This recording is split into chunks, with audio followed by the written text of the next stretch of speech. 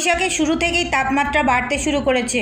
গত 2-3 দিন ধরে গরমের পারদ 40 ডিগ্রির ওপরে পৌঁছে গেছে। সকাল 11টার পর থেকে মাঝে মধ্যে বইছে গরম হাওয়া। তীব্র গরমে হাঁসফাঁস শুরু করেছে মানুষ। এরই মধ্যে গরমে কাবু হতে শুরু করেছে পানাগড়ের মানুষজনেরাও।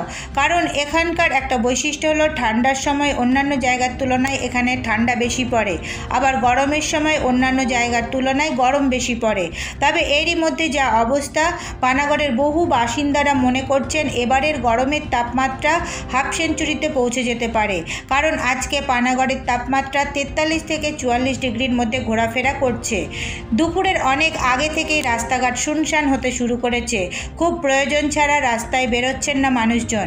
তবে রাস্তাতে চলছে বড় বাস, কিন্তু সেই অর্থে যাত্রীর দেখা নেই। নাজেহাল অবস্থা।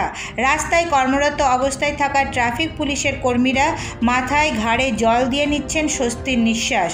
এই প্রচণ্ড গরমের হাত থেকে নিজেদের একটু বাঁচাতে পানাগড় বাজার ও বাসস্ট্যান্ডে থাকা আখের রস, ঠান্ডা শরবত, ডাবের দোকান, তরমুজের দোকানে দেখা মিলছে কিছু মানুষকে। আবার অনেকে গরম থেকে নিজেদের বাঁচাতে মাথার ওপর ছাতা, মুখে গামছা বা রুমাল বেঁধে রাস্তায় বের হচ্ছেন। তবে খুব প্রয়োজন ছাড়া এই সময় রাস্তায় বের না হওয়ার নির্দেশ হাওয়া দপ্তরের।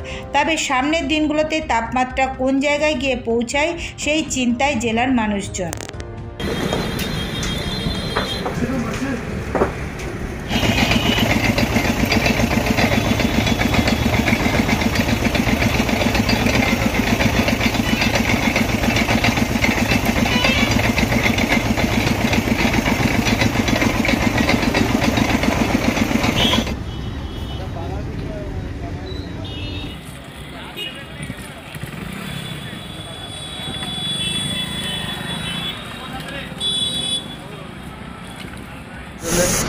মানে প্যাসেঞ্জার হচ্ছে না, পুরো মানে প্রতিদিনই অবস্থা।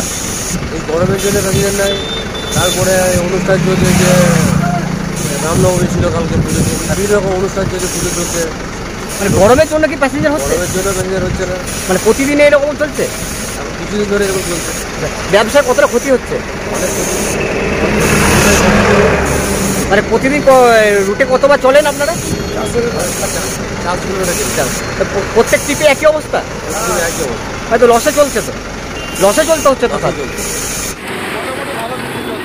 গরমটা কতটা? গরম প্রচুর, প্রচুর গরমে সবাই বরফ খুঁজছে ঠান্ডার জন্য। আমরা যতটা পার্টি দিচ্ছি সবাই ভালো খাচ্ছে এবং মোটামুটি ভালো সেল হচ্ছে। মানে বিক্রিটা ভালো হচ্ছে? হ্যাঁ, মোটামুটি ভালো হচ্ছে। গরমটা কি করে সহ্য করছো এত গরমটা? গরমটা এখন কী করবো, এখন তো রুটি মানে আমাদের পেট চালানোর জন্য তো কিছু করতে হবে। হ্যাঁ, তাই কিছু করতে পারে না, যে এইভাবেই চলছে। এরপর নজর রাখুন আমাদের পরবর্তী খবরে।